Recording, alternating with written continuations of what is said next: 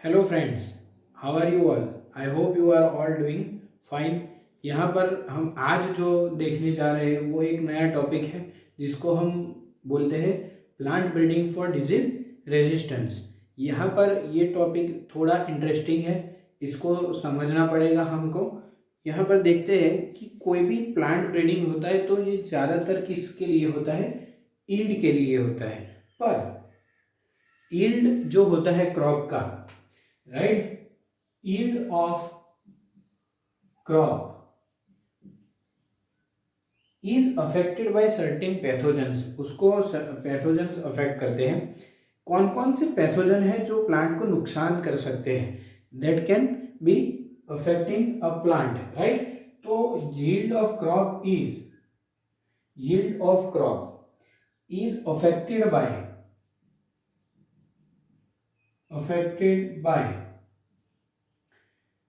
Pathogens, जिसको हम बोलेंगे पैथोजेंस। आपको मालूम है जो कि हार्मफुल होते हैं उसको हम पैथोजेंस बोलते हैं। उसमें फर्स्ट आएगा बैक्टीरिया, दूसरा आएगा virus and the third one is fungi. So basically यहाँ पर प्लांट के अंदर जो नुकसान करते हैं वो 3 पैथोजेंस है, right. Now the yield can be decrease, right. कितना लॉस हो सकता है?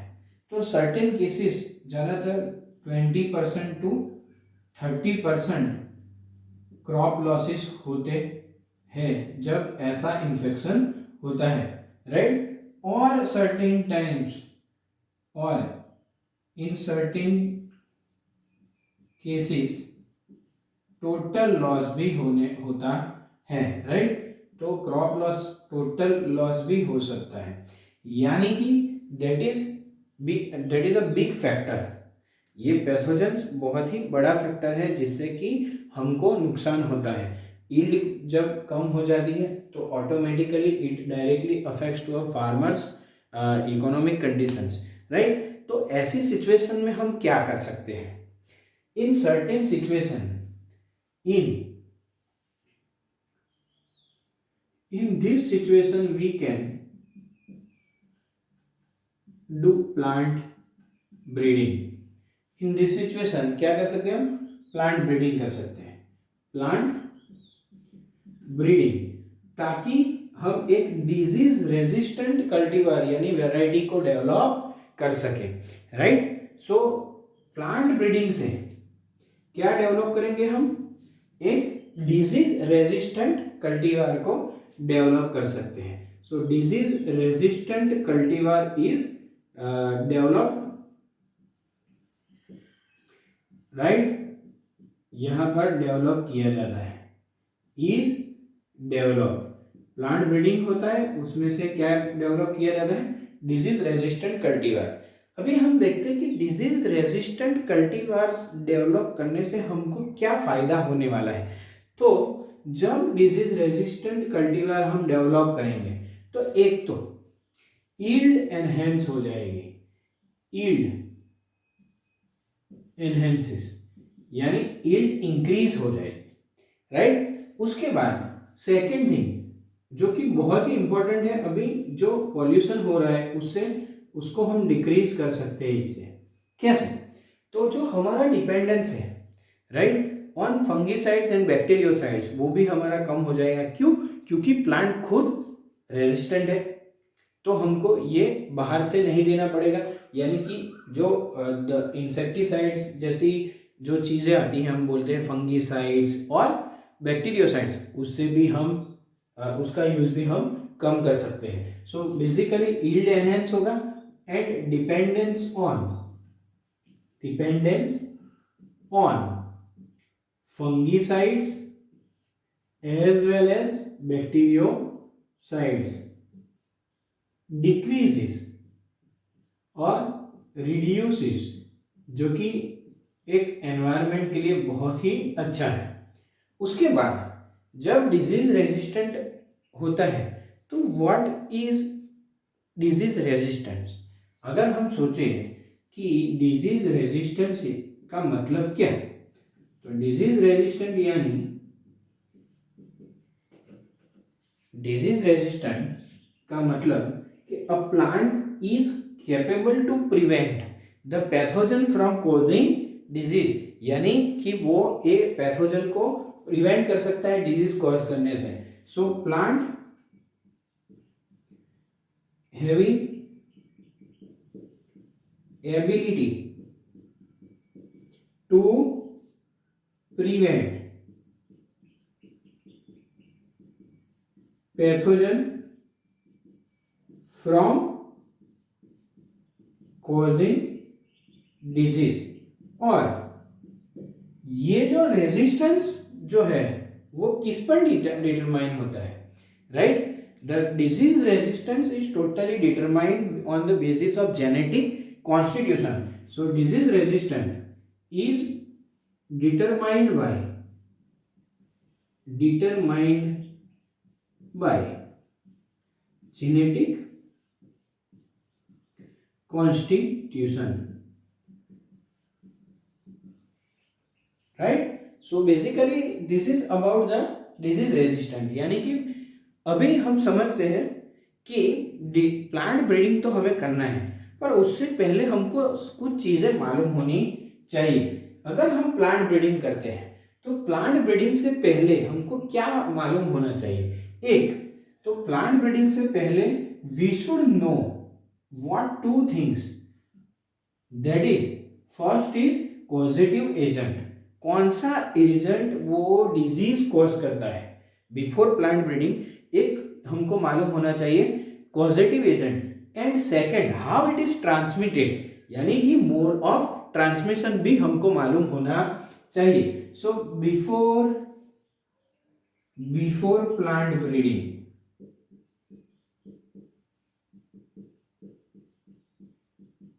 two things should be essentially known. First, causative pathogen, and second is mode of transmission. तो ये हमको मालूम होना चाहिए. अभी हम थोड़े एग्जाम्पल्स देखते हैं कि पैथोजेंस जो है यानी कि बैक्टीरिया, वायरस और फंगाई से कैसे कैसे डिजीज होते हैं, राइट? तो पहले हम एग्जाम्पल्स ले लेते हैं फंगाई का, राइट? फंगाई ज़्यादातर रस्ट कॉज करती है. रस्ट, इसमें एक एग्जाम्पल है brown rust of wheat, right? Brown rust of wheat. Okay, तो यहां पर एग्जांपल्स लिख देते हैं. Brown rust of wheat. Second is red rot of sugar cane. Red rot of sugar cane, right? ये जो है वो है कॉजेटिव एजेंट फंगाई, और ये है डिजीज के नाम. अभी जो आप समझ रहे हो वो आपको यहाँ पर याद रखना है कि fungi is a causative agent and this is a name of disease, जो डिजीज होता है. Third one is late blight of potato. ये हम थोड़े ही एग्जांपल्स यहाँ पर ले रहे हैं जो कि एनसीईआरटी टेक्स्ट बुक के अंदर दिया गया है, राइट? सो बेसिकली यहाँ पर हो गया फंगाई का. अभी नेक्स्ट आएगा जो है बैक्टीरिया. तो बैक्टीरिया में है, right? Okay, black rot of crucifer, that is an example given in NCERT. तो हम वही ले रहे हैं, ब्लैक रॉट ऑफ क्रूसीफर. और जो लास्ट वन है वो है वायरस. वायरस भी डिजीजेस कॉज करता है, जिसको हम बोलते हैं टोबैको मोज़ेक, फिर टर्निप मोज़ेक. ये दोनों एग्जांपल्स हम ले लिए. Tobacco mosaic. The second one is turnip mosaic, right? Okay, so basically this is the names of the disease. Now we will see the two methods for plant breeding for disease resistance. Now, we are studying the methods for breeding, right, for disease resistance. तो यहाँ पर हमारे पास दो method generally use करते हैं disease resistance के लिए. एक है म्यूटेशन, राइट? और दूसरा है कन्वेंशनल ब्रीडिंग। सो मेथड्स में क्या आएगा, एक है mutation and second one is conventional breeding. Conventional breeding हमने ऑलरेडी बहुत अच्छे से डिस्कस किया है, 5 पॉइंट थे प्लांट ब्रीडिंग के जो हमने बहुत ही अच्छे से उसको पढ़ा है। We have understood it step wise, पांचों स्टेप को अच्छे से पढ़ा है। फिर से एक बार डिस्कस करेंगे थोड़ा सा। यहाँ पर कन्वेंशनल ब्रीडिंग में क्या होगा, तो क्या होगा, हाइब्रिडाइजेशन एंड सिलेक्शन। यहाँ पर दो चीजें होंगी। ये कैसे होता है वो भी हमने ऑलरेडी स्टडी किया हुआ है। जिसने अगला वीडियो नहीं देखा है जिसको हम बोलते हैं प्लांट ब्रीडिंग, तो जरूर देखिए, इसमें हम आपको अच्छे से मालूम हो जाएगा कि what is conventional breeding. Now talking about the conventional breeding, conventional breeding के थोड़े स्टेप्स है। This steps are almost identical steps which were done for the crop yield. यहाँ पर हम करने जा रहे हैं डिजीज रेजिस्टेंस के लिए, वहां पर हमने किए थे क्रॉप ईल्ड के लिए, right. So they are almost similar, ये स्टेप सिमिलर है किससे, जो कि दूसरे कैरेक्टर्स के लिए हम करते हैं, वहां पर same steps are applied over here also. So जो उसके स्टेप्स हैं उसमें जो फर्स्ट स्टेप है इसको बोलेंगे स्क्रीनिंग फॉर जर्म प्लाज्म और screening germ plasm for disease resistance. यहां पर अगर आप सोचें कि स्क्रीनिंग यानी सिलेक्शन पर पहले, इससे पहले हमने ऑलरेडी कन्वेंशनल ब्रीडिंग में समझाया था कि आपको जर्म प्लाज्म कलेक्शन करना पड़ेगा, यानी कि बहुत ही variety, wild relatives, previously cultivated, now cultivated, those which are undistributed still by plant breeder, वो सबको हमें कलेक्ट करना है और उसमें से स्क्रीनिंग करना है। तो screening germ plasm for disease resistance, वहां पर हमने दो चीजें ली थी जब ईल्ड का सोच रहे थे, disease resistance as well as yield. यहाँ पर हम स्क्रीन इसलिए कर रहे हैं ताकि हमको मालूम पड़े कि कौन से प्लांट में डिजीज रेजिस्टेंस कैपेसिटी है, right. So basically screening germ plasm for disease resistance. उसके बाद जब आप स्क्रीनिंग करते हो तो आपको क्या मिलेगा, आप दो प्लांट को सिलेक्ट करोगे, उसको क्या करना है, हमको हाइब्रिडाइजेशन करना है। तो hybridization of selected parents, second step क्या आएगा, हाइब्रिडाइजेशन ऑफ सिलेक्टेड पेरेंट्स, आप उनको हाइब्रिडाइज करते हो। उसके बाद जब हाइब्रिडाइजेशन कर देते हो तो आपको क्या मिलता है, तो आपको हाइब्रिड्स मिलेंगे यानी उसकी प्रोजेनी मिलेगी।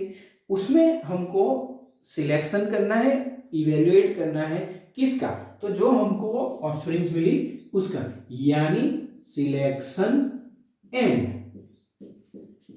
इवेल्युएशन ऑफ हाइब्रिड्स, यहां पर हम उनको इवेल्युएट करेंगे, राइट। और फिर जो लास्ट स्टेप आता है उसको हम बोलते हैं testing and release of the new variety, right. So basically अगर हम सिलेक्शन और इवेल्युएट करेंगे तो उसका जो है सेल्फ पोलिनेशन करके वो स्टैटिक ब्रीड बनाएंगे ताकि वो यूज हो सके, या फिर उसको डायरेक्टली हम कल्टीवेट भी कर सकते हैं। तो यहाँ पर लास्ट जो होगा testing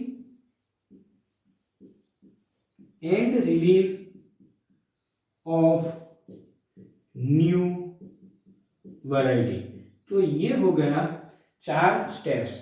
now those plants which are already developed, right, that we will see in a chart.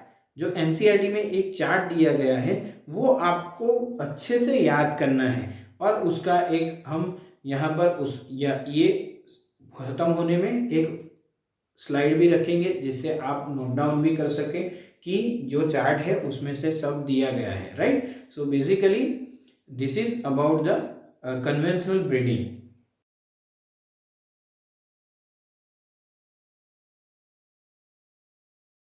Now there is a limitation of conventional breeding, एक लिमिटेशन है कौन सी है वो लिमिटेशन, दैट इज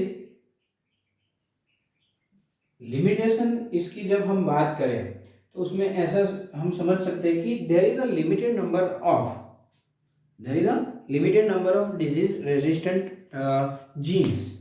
जो डिजीज रेजिस्टेंट जीन्स है वो बहुत ही लिमिटेड है, that are present and identified in wild relatives, यानी कि जिसको हमने जो है और जिसको हमने आइडेंटिफाई किया है वो बहुत ही लिमिटेड है। So that restricts the conventional breeding, right. So over here what is the limitation, limitation is limited number of disease resistant genes, disease resistant genes are present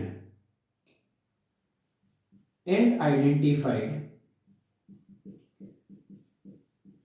in wild relatives, यानी कि plant का जो wild relative है उसमें limited number of disease resistant genes है और जो उसको हमने आइडेंटिफाई किया है। तो फिर उसका सॉल्यूशन क्या है, राइट। तो इसका सॉल्यूशन है mutation are induced, right. Inducing, जब हम म्यूटेशन इंड्यूस करते हैं, by inducing mutation we can change the genetic constitution of any gene।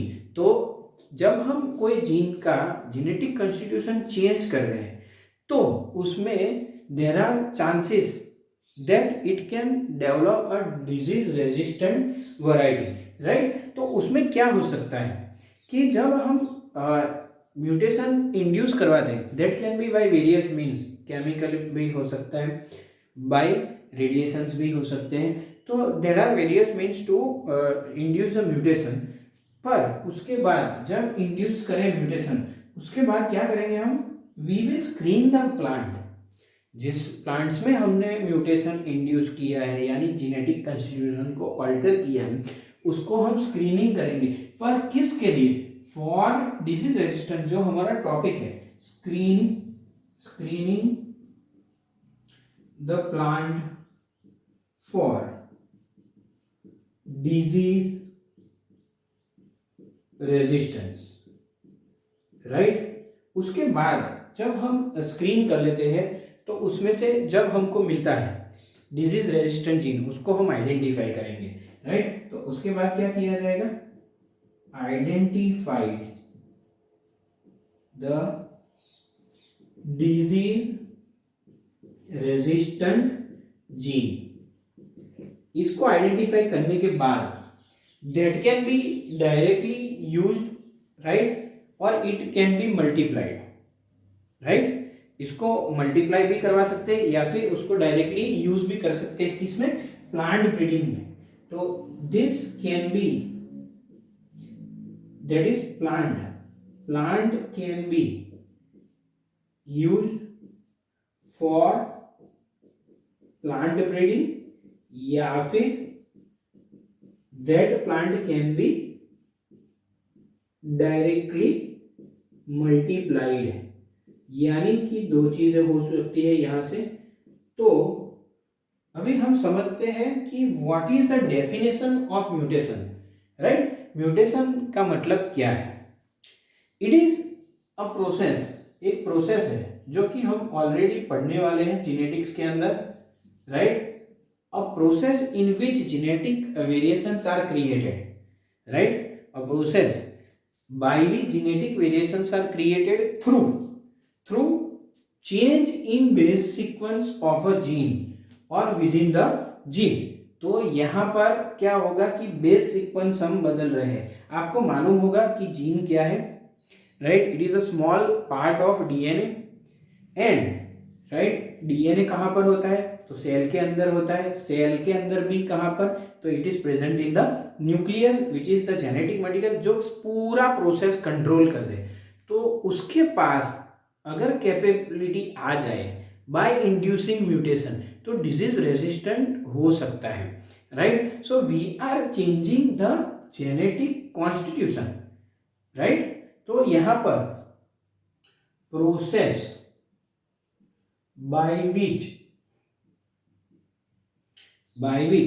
genetic variations are created, by which genetic variations are created. कैसे create करेंगे? By change in base sequence through changes in base sequence within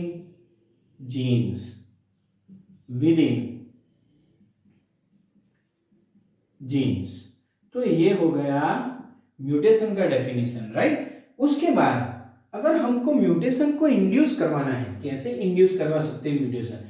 mutation can be induced by two ways. Mainly हम अभी plant का पढ़ रहे हैं, बहुत सारे म्यूटेशन से जो म्यूटेशन क्रिएट करवा सकते हैं, पर we are right now studying about the plants, तो यहाँ पर हम डिस्कस करेंगे can be induced bye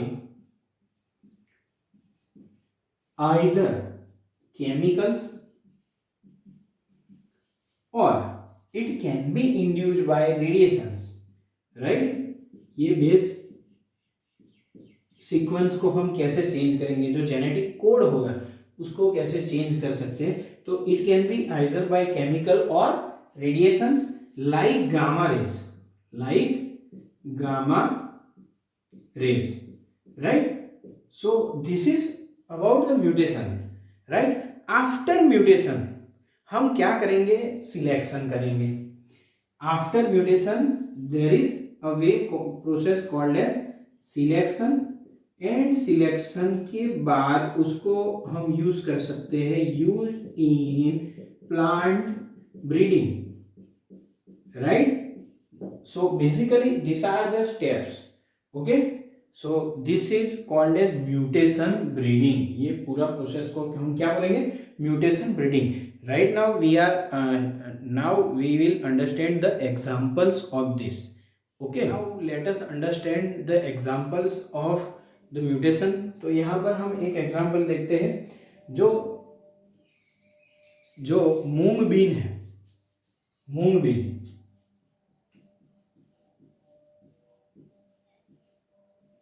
right? It is resistant to two things, right? Yellow mosaic virus and powdery mildew, and that was developed by mutation, right? तो मूंग been के अंदर क्या आएगा? resistant to, that has been already developed by mutation, resistant to yellow mosaic virus and powdery mildew। तो ये हो गया जो बाय म्यूटेशन से उसको डेवलप किया गया। अभी हम एक और एग्जांपल देखते हैं, जिसमें हम सोचते हैं कि वाइल्ड वैरायटीज जो रहती है, राइट? वाइल्ड वैरायटीज में क्या होता है कि बहुत सारी वाइल्ड वैरायटीज में डिजीज रेजिस्टेंट कैपेबिलिटी है, पर उसकी जो प्रोडक्टिविटी है वो बहुत ही कम है। वाइल्ड वैरायटी जो रिलेटिव्स रहते हैं उसकी ईल्ड कैसी होती है? Low yield, and they are having disease resistant character। तो क्या होता है इस चीज में? जब उसके पास डिजीज रेजिस्टेंट कैरेक्टर होता है तो हम इसको यूज कर सकते हैं। कैसे? कि we can transfer this disease resistant gene, disease resistance gene to high yielding variety, राइट? इसका हम एग्जांपल लेते हैं।